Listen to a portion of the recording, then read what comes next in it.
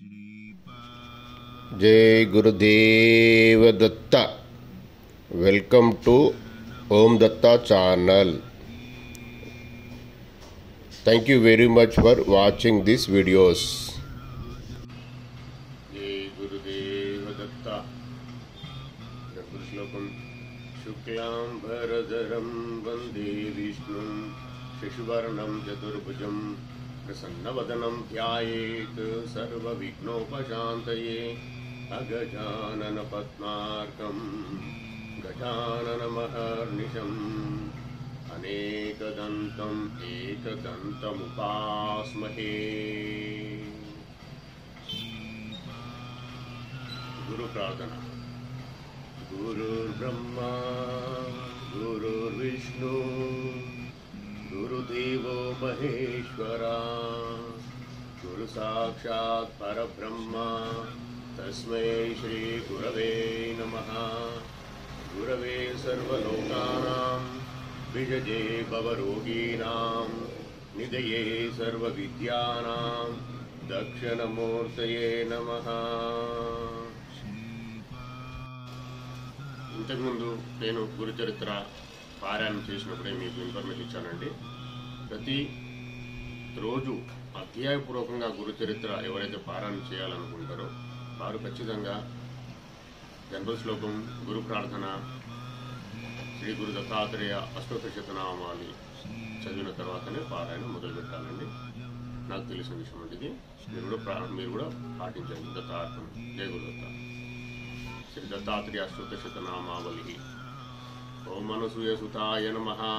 ओम दत्ताय नमः। ओम अत्रिपुत्राय नमः। ओम महामुनये नमः। ओम योगेन्द्राय नमः। ओम पुण्यपुरुषाय नमः। ओम देवेशाय नमः। ओम जगदीश्वराय नमः। ओम परमात्मने नमः। ओम परब्रह्मणे नमः। ओम सदानंदाय नमः। ओम जगद्गुरवे नमः। ओम नित्यतृप्ताय नमः। ओम निर्विकाराय नमः। ओम निर्विकल्पाय नमः। ओम निरंजनाय नमः। ओम गुणात्मकाय नमः। ओम गुणातीताय नमः। ओम ब्रह्म विष्णु शिवात्मकाय नमः। ओम नानारूपधराय नमः। ओम नित्याय नमः। ओम शांताय नमः। ओम शांताय नमः। ओम कृपानिधये नमः। ओम भक्तप्रियाय नमः। ओम भवहाराय नमः। ओम भागवते नमः। ओम भयानाशनाय नमः। ओम आदिदेवाय नमः। ओम महादेवाय नमः। ओम सर्वेशाय नमः। ओम भुवनेश्वराय नमः। ओम वेदांतवेद्याय नमः। ओम वरदाय नमः। ओम विश्वरूपाय नमः। ओम अव्याय नमः। ओम हरये नमः। ओम सच्चिदानंदाय नमः। ओम सर्वेशाय नमः। ओम योगेशाय नमः। ओम भक्तवत्सलाय नमः। ओम दिगंबराय नमः। ओम दिव्यमूर्तये नमः। ओम दिव्यभूतिविभूषणाय नमः। ओम अनादिसिद्धाय नमः। ओम सुलभाय नमः। ओम भक्तवाञ्छितदायकाय नमः। ओम एकास्मे नमः। ओम अनेकाय नमः। ओम अद्वितीयाय नमः। ओम निगमवन्दिताय नमः। ओम भुक्तिमुक्तिप्रदाय नमः। ओम कार्तवीर्यवरप्रदाय नमः। ओम शाश्वतांगाय नमः। ओम विशुद्धात्मने नमः। ओम विश्वात्मने नमः। ओम विश्वतोमुखाय नमः। ओम सर्वेश्वराय नमः। ओम सदातुष्टाय नमः। ओम सर्वमंगलदायकाय नमः। ओम निष्कलांकाय नमः। ओम निराभासाय नमः। ओम निर्विकल्पाय नमः। ओम निराश्रयाय नमः। ओम पुरुषोत्तमाय नमः। ओम लोकनादाय नमः। ओम पुराणपुरुषाय नमः। ओम अनघाय नमः। ओम अपरमहिम्ने नमः। ओम अनंताय नमः। ओम आद्यांतरहितकृतये नमः। ओम संसारवनदावाग्नये नमः। ओम भवसागरतारकाय नमः। ओम श्रीनिवासाय नमः। ओम विशालाक्षाय नमः। ओम क्षीराब्धिशयनाय नमः। ओम अच्युताय नमः। ओम सर्वपापक्षयकराय नमः। ओम तापत्रयनिवारणाय नमः। ओम लोकेशाय नमः। ओम सर्वभूतेशाय नमः। ओम व्यापकाय नमः। ओम करुणामयाय नमः। ओम ब्रह्मादिवंदितपदाय नमः। ओम मुनिवन्द्याय नमः। ఓం స్తుతిప్రియాయ నమః. ఓం నామరూపక్రియాతీతాయ నమః. ఓం నిస్పృహాయ నమః. ఓం నిర్మలాత్మకాయ నమః. ఓం మాయాధీశాయ నమః.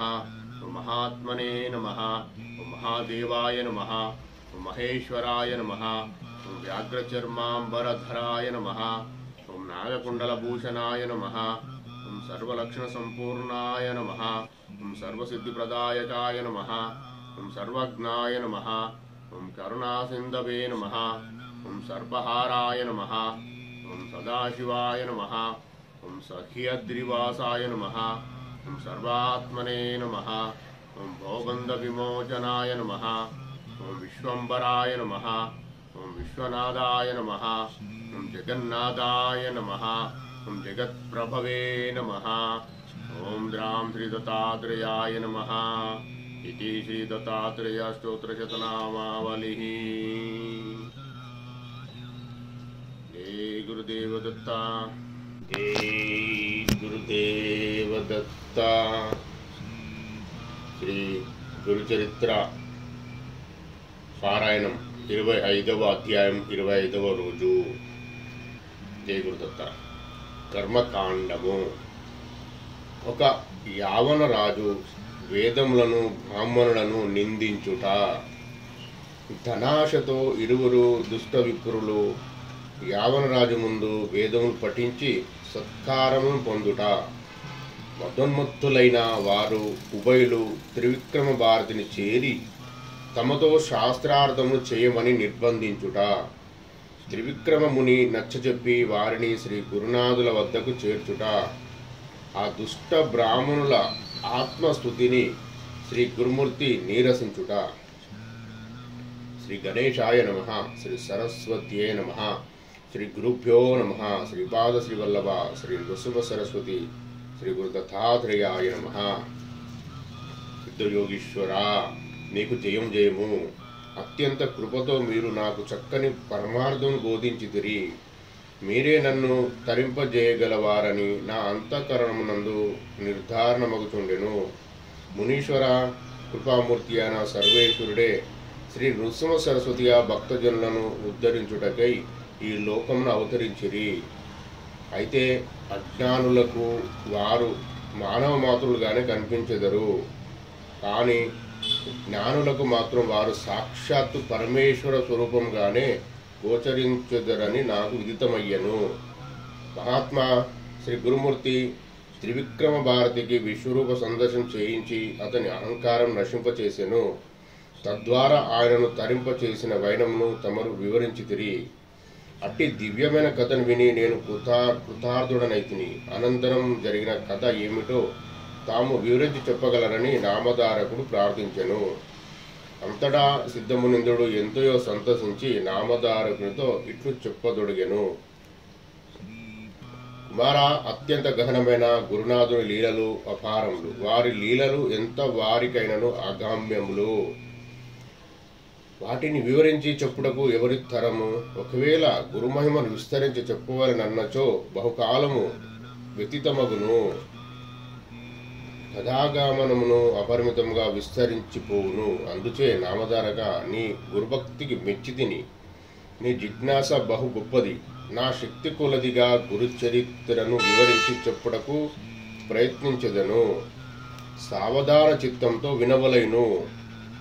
నామధారక, ఆ తర్వాత ఒక అద్భుతమైన అపూరూపమైన సంఘటన ఘటించెను. ఇప్పుడు దాన్ని చెప్పిదను, శ్రద్ధగా ఆకర్ణింపుము. విదుర అను పేరు గల ఒక నగరము నేను. ఆ నగరము యావన వంశం చెందిన ఒక యావన రాజు పాలించుచుండెను.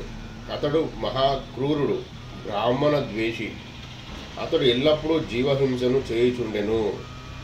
బ్రాహ్మణులను తన సభస్థలికి పిలిపించి వారిని వేదమును పఠింపుమని నిర్బంధించుచుండెను.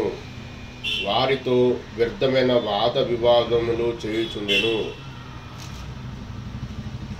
వేదమును పఠించుటయే కాదు, వేదం యొక్క అర్థమును విపులంగా చెప్పవలసినదని ఆ యావన రాజు వేదవేత్తలను కోరుచుండెను. అంతేగాక వేద పండితులను పిలిపించి, మీలో ఎవరు గొప్ప విద్వాంసులు? ఎవరైతే వేదార్థమును వివరించి చెప్పేదరో వారే మిగిలిన వారందరిలో అత్యంత గౌరవనీయులని ప్రకటించి వారికి అపారమైన ధన సంపదను ఇచ్చేదను. అంతేకాక ఉన్నతాసనను కూర్చుండజేసి వారిని పూజించెదను అని ఆ యావనరాజు ప్రకటించుచుండెను. అంతటా వేదవేత్తలైన వారు చేతులు జోడించి, రాజా, మేము వేదం యొక్క అర్థమును ఎంతమాత్రం తెలిసిన వారం కాదు.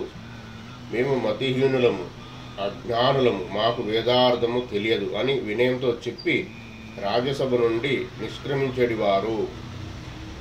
కానీ ధనహీనులైనటువంటి కొందరు అజ్ఞానులు మాత్రం రాజుగారు ఇవ్వచూపిన ధనాశకు, రాచ మర్యాదకు పేరాశపడి ఆ మ్లేచ్చుడి ముందు వెళ్ళి గొప్పగా వేదశాస్త్రమును పఠించేడువారు. వాటి అర్థం కూడా తెలియజెప్పేటివారు. అయితే ఆ మ్లేచ్చుడు కపట మనస్కుడై ఆ బ్రాహ్మణుడు చదివే యజ్ఞకాండం యొక్క అర్థమును శ్రద్ధగా వినుచుండెను.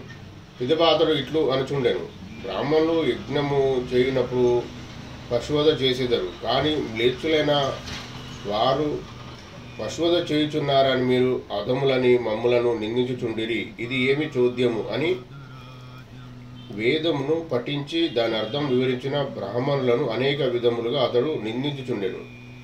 వేదార్థమును తెలియజేసిన యోగ్యులైన బ్రాహ్మణులకు మాత్రం అతడు అపారమైన ద్రవ్యం ఇచ్చి సత్కరించుచుండెను.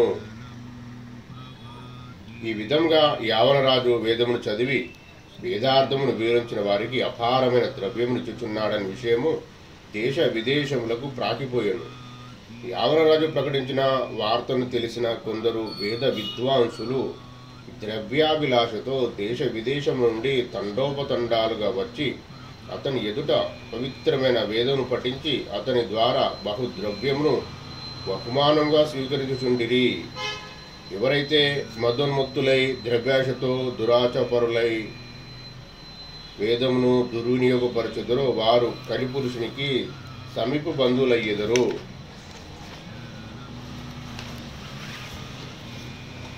అట్టి వారులు నేరుగా యమలోకమునికే చేరుకొందురు. అచ్చట వారికి రౌరవాది నరకమే సిద్ధించును. దీనినే కలియుగ మహత్తుగా తెలియవలేను.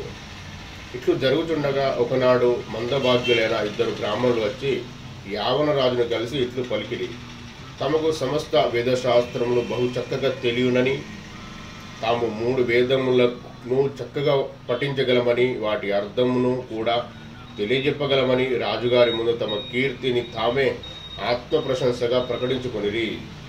అంతేగాక, రాజా, మన చుట్టారగల 4 రాజ్యములలో వేదశాస్త్ర జ్ఞాన సంపన్నులు గాని వేదశాస్త్రం నందు వాదించడానికి మాతో సరితూపగల సమర్థులు గాని ఎవరు లేరు. ఒకవేళ మీ నగరం నందు ఎవరేని విద్వాంసులుండినచో వెంటనే వారిని పిలిపించి మాతో వాదమును చేయించుడు అని పలికిరి. విప్రుల నగరం నందు ఎవరేని విద్వాంసులుండిచో వారిని పిలిపించి ప్రయత్నం చేసిరి. ఆ మాటలు వినిన రాజును రోషం కలిగిన. వెంటనే అతడు తన నగరంలో గల బ్రాహ్మణులందరిని రప్పించాను.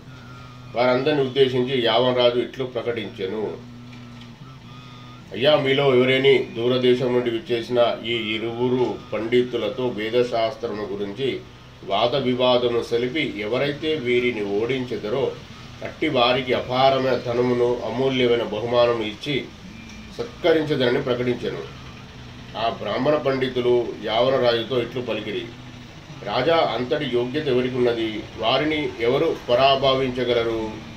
మాకు వీరితో వాదించు సామర్థ్యం లేదు. వీరిద్దరే గొప్ప విద్వాంసులు, వీరిని ఎవరనూ జయింపజాలరు. కావున మహారాజా, ఉభయులను విద్వాంసులు ప్రకటించి వారినే మీరు సత్కరించగలరు. మాకెట్టి అభ్యంతరం లేదు అని చెప్పిరి. బ్రాహ్మణులందరూ పలికిన మాటలను విని ఆ యావనరాజు ఈ ఉభయ పండితులను చిత్ర విచిత్రమైన వస్త్రములతో అమూల్యమైన ఆభరణములతో సత్కరించెను. ఈ ఉభయ బ్రాహ్మణ విద్వాంసులతో సరి సమానమైన వారు ఈ రాజ్యములో మరెవరు లేరని ప్రకటింపచేసి వారిని ఏనుగుపై ఎక్కించి ఊరేగింపుగా నగరమంతా తిప్పాను. యావనులో తానే రాజునని, ఇక ద్విజులలో ఈ ఉభయ బ్రాహ్మణ విద్వాంసులే రాజులని ప్రకటించాను. అనంతరం ఆత్మ ప్రశంసన చేసుకునేది తామసికులైన ఆ బ్రాహ్మణులిద్దరూ యావనరాజు గారి ముందు నిత్యం వేదమును పఠించేటి వారు. తమ స్వభావంతో మిడిసిపడే ఆ బ్రాహ్మణులు ఇతర బ్రాహ్మణులను దూషించుచుండేటి వారు. ఈ యావన రాజ్యం నందు మేమే గొప్ప విద్వాంసులమని నిజమైన బ్రాహ్మణులమని తమను తామే పొగుడుకొని చుండిరి.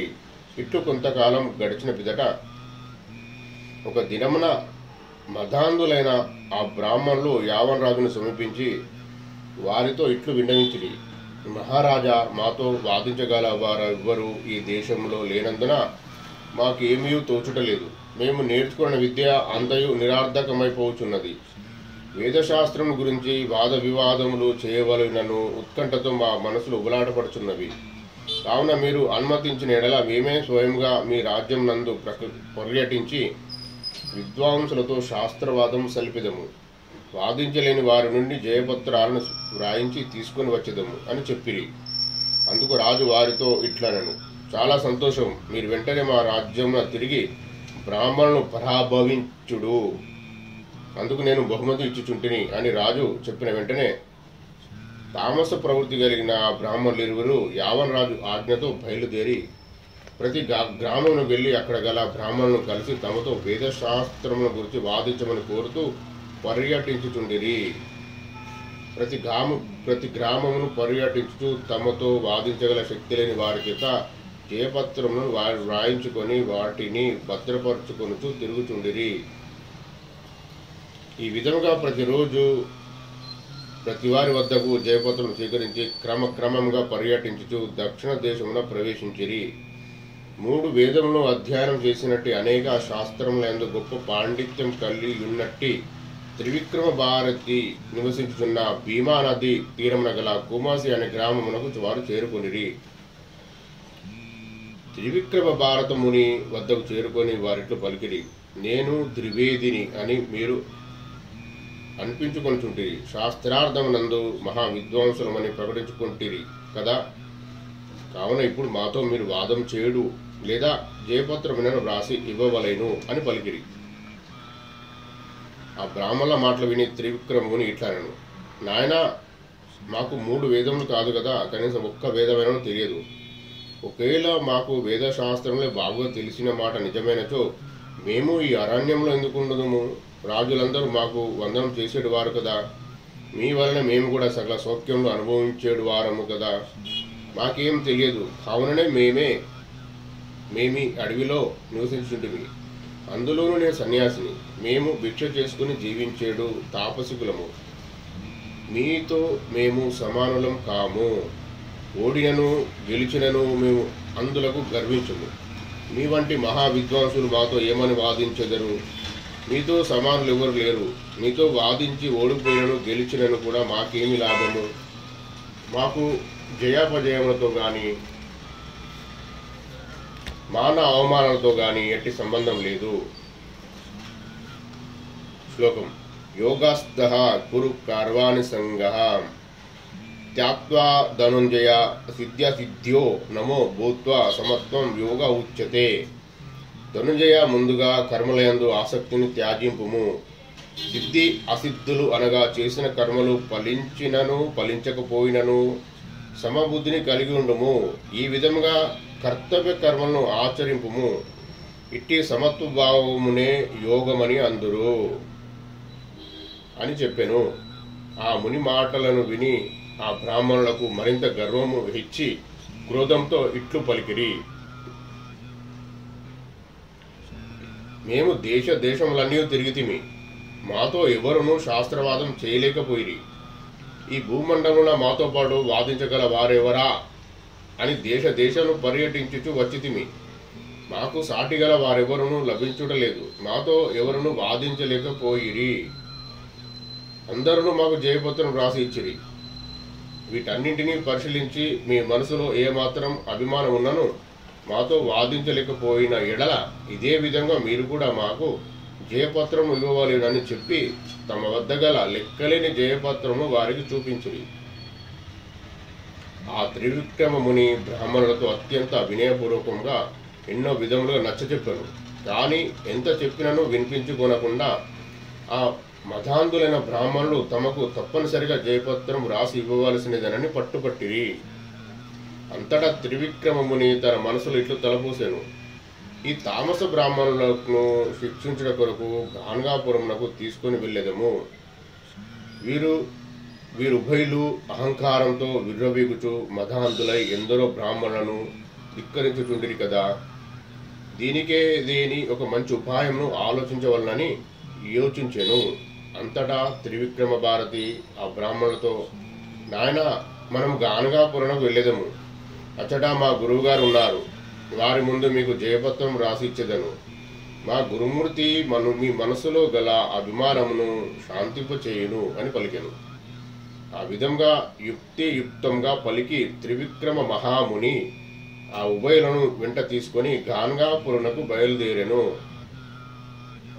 బ్రాహ్మణులిరువురు పల్లకిలో కూర్చొని అతనితో పాటుగా వెళ్ళుచుండిరి.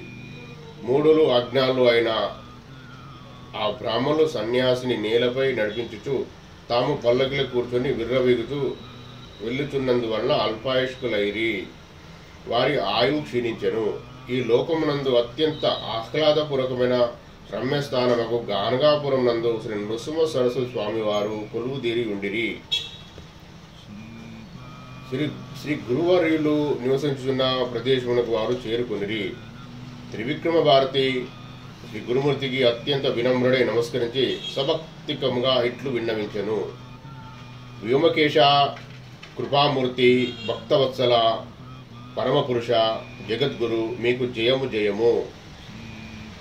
నిర్గుణులు నిర్వికారులు అయిన త్రిమూర్తాత్మక అవతార స్వరూపులైన మీరు అనాథ రక్షకులు కదా.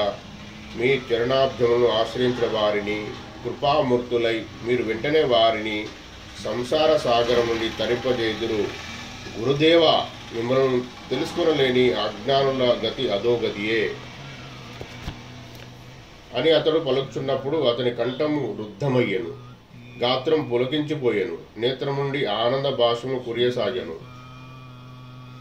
గురుమూర్తి యొక్క చరణారవిందములపై తన శిరస్సును వంచి సాష్టాంగమున నమస్కరించుచున్నప్పుడు శ్రీ గురునాథుడు పరిపూర్ణమైన అనుగ్రహ భావంతో ఆ త్రివిక్రమ మునిని ఆప్యాయంగా లేవనెత్తి తన కరకమలమును సాచి దివ్యమైన అనుగ్రహం భావంతో అమృతమయమైన ఆలింగనం ప్రసాదించెను. అనంతరం కుశలమైన ప్రశ్నించిన మీదట శ్రీ గురుమూర్తి యతీశును చూచి, మునివార్యా, మీరు ఏ పని మీద నా వద్దకు వచ్చిద్దరో తెలియజేయమని కోరిరి. అంతటా త్రివిక్రమ భారతి గురుమూర్తితో ఇట్లు చెప్పెను. అయ్యా గురుదేవ, మదోన్మత్తులైన ఇద్దరు బ్రాహ్మణులు శాస్త్రవాదము చేయుటకై నా వద్దకు వచ్చిరి. మేము అన్ని వేదములను అన్ని శాస్త్రములను అధ్యయనం చేసితిమి. చతుర్వేదము మా ఆధీనంలో గలవని, వేదశాస్త్ర పరిజ్ఞానం మాకు కరతల మాలకమని ఆ మూఢ బ్రాహ్మణులు పలుకుచుండిరి. మాతో శాస్త్రార్థము చేయవలసినదని, ఒకవేళ తమతో వాదించనీడలా ఓడిపోయితమని చేపత్రం రాసి ఇవ్వవల్లని నన్ను నిర్బంధించపరచిరి. ఎన్ని విధములా నచ్చజెప్పినా నా మాటలు ఈ ఉన్మత్తుల చెవికెక్కుట లేదు. అందులకే వారిని తమ సమక్షంలోకి తీసుకుని వచ్చి తిని, స్వామి, మీరు గురుశ్రేష్ఠులు, మీరే మాకు గురువులు కాన మమ్ము రక్షింపవలసినదని శరణు పొందాను. త్రివిక్రమ ముని విన్నపమును విని శ్రీ గురుమూర్తి హాస్యవదనులై ఆ ఇద్దరు బ్రాహ్మణులను పిలిచి వారితో ఇట్లు పలికెను. బ్రాహ్మణులారా, మీరు ఏ పని మీద వచ్చిదిరి? మీతో వాదం ఎందుకు చేయవలెను? వాదించుట వలన మీకు వచ్చు లాభమేమి? మేము తపస్సు చేసుకున్న సన్యాసులము, అరణ్యవాసులము. సన్యాసులమైన మేము మీతో వాదించి ఓడిపోయినను మాకు కలిగిన నష్టమేమిటి? ఒకవేళ ఒక సన్యాసి వాదం నందు ఓడించినచో మీకు వచ్చు లాభమేమి కలదు? మాకు మాత్రం గెలుపుకోవటం ఒకటే అని, అవి రెండును సరి సమానులే అని ప్రశాంత వదనంతో పలికిరి. శ్రీ గురుమూర్తి మాటలు వినిన ఆ బ్రాహ్మణులు ఉభయులు ఇట్లనుచుండ్రి, అయ్యా, మేము ప్రపంచమంతయు పర్యటించుచు విద్వాంసులైన విప్రులందరినీ జయించుచుంటిమి. మా ఎదుట నిల్వగల సామర్థ్యము ఎవరికి లేకపోయాను. వేదార్థం గురించి, శాస్త్రార్థం గురించి మాతో వాదం చేసి అందరూ పరజ్ఞులైరి. అట్లు వాదమునందు ఓడిన వారు, వాదించలేని వారు అందరి వద్ద నుండి జయపత్రం తీసుకొని మేమెన్నో జయపత్రం సంపాదించిమి. ఇదే విధంగా ఈ త్రివిక్రమ భారతి స్వామి వారిని కూడా మేము కోరుతిమి. వారలు మా మీద మిక్కిలి కోపగించి మీ వద్దకు తీసుకుని వచ్చిరి. ఒకవేళ వాదించగలమన్న విశ్వాసం మీకున్న ఎడల మీరు ఉభయులు కలిసి మాతో శాస్త్రార్థం చేయవలసినది. వేదములన్నింటినీ మేము చదివితిమి, మాకు చతుర్వేదములు పూర్తిగా తెలియను. వేదములే కాక సమస్త శాస్త్రములను కూడా మేము అధ్యయనం చేస్తిమి. మాకు సాటి రాగల వారెవరునూ ఈ జగత్తునందు కనిపించుటలేదు. ఇక మీరిద్దరూ సన్యాసులే కదా, మీకు వేదాంతమేమి తెలియను అని ఆ దుష్ట బ్రాహ్మణులు వెకిలిగా పలికిరి.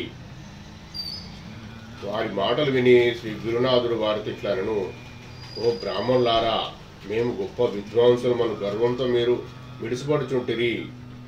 గర్వంతో అందరూ నాశనమైరి. దేవదానవులు సైతము గర్వంతో నశించిరి. గర్వించిన ఆ బలిచక్రవర్తి వామనమూర్తితో పదవిభ్రష్టుడయ్యను కదా. బాణాసురుడు, రావణాసురుడు మొదలు వారెందరో గర్వ రక్కసికి ఆహుతై యమసదనము అతిథులై జనిరి. మతాంధులైన కౌరవులందరూ నేరుగా యమపురమునకే చేరుకునేది కదా. వేదాంతం తెలియదని మమ్ము ఆక్షేపించిదిరి. వేదాంతం తెలుసుకొన సమర్థులెవరు? అనాది అయిన వేదములు అనంతములు. అట్టి వేదముల యొక్క అంతము బ్రహ్మాదులకే గోచరించినప్పుడు మానవుల మగు మాకేమి తెలియగలదు? మీరు ఎందులకు అహంకరించుచుంటిరి? వ్యర్థంగా గర్వింపకుడు. మీలో మీరు మీ హితము గురించి బాగుగా ఆలోచించుకొని మీలో గల గర్వమును భ్రాంతిని విడిచిపెట్టి సంసార సాగరం నుండి తరించుటకు యత్నించుడు. చతుర్వేదములు మాకు తెలియనని మీరు చెప్పుచుంటిరి. నిజమునకు అట్టి వేదములు వేదాంతముల గురించి మీకేమి తెలియను అని శ్రీ గురుమూర్తి పలికెను. వారి మనసు నిండా గర్వం నిండి ఉండగా మదోన్మత్తులైన ఆ బ్రాహ్మణులు తిరిగి శ్రీగురునితో, మాకు 3 వేదములు పూర్తిగా తెలియను అని గొప్పగా బదులు పలికిరి. అందుకు గాను శ్రీ గురుమూర్తి వారికి వేదముల యొక్క స్వరూప లక్షణములను విపులముగా బోధించెను. అప్పుడొక అపూర్వము సంభవించెను. అది సిద్ధముని నామధారకుడు చెప్పిన కథను ఏకాగ్ర చిత్తంతో వినుమని సరస్వతి గంగాధరుడు లోకమునకు లిఖిత రూపమున ప్రకటించెను. ఇది శ్రీ గంగాధర సరస్వతి విరచితమగు సిద్ధ నామధారక సంవాదాత్మకమైన పరమ కథాకల్పతరువగు శ్రీ గురుచరితామృతం నందలి శ్రీ నృసింహ సరస్వతి ఉపాఖ్యానమున కర్మకాండమునందు విప్ర ఆత్మ ప్రశంసనము అను 25వ అధ్యాయము సమాప్తం. జయ గురుదత్త, శ్రీ గురుదత్త. సర్వశ్రీ పూర్ణపరబ్రహ్మ గురుదత్త ప్రభు చరణారవిందార్పణమస్తు. దిగంబరా దిగంబరా శ్రీపాదవల్లభ దిగంబరా దిగంబరా దిగంబరా నృసింహయతివర దిగంబరా దిగంబరా దిగంబరా స్వామి సమర్థ దిగంబరా దిగంబరా దిగంబరా మాణిక్య ప్రభు దిగంబరా దిగంబరా దిగంబరా శిరిడి పురీష దిగంబరా. అవధూత చింతన శ్రీ గురుదేవ దత్త స్వామి మహారాజ్ की जय.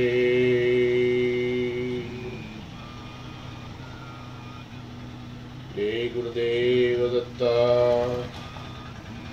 ओम शांति शांति శాంతి. ఈ వీడియో కనుక మీకు నచ్చినట్లయితే లైక్ చేయండి, షేర్ చేయండి, సబ్స్క్రైబ్ చేయండి. Thank you very much for watching this video.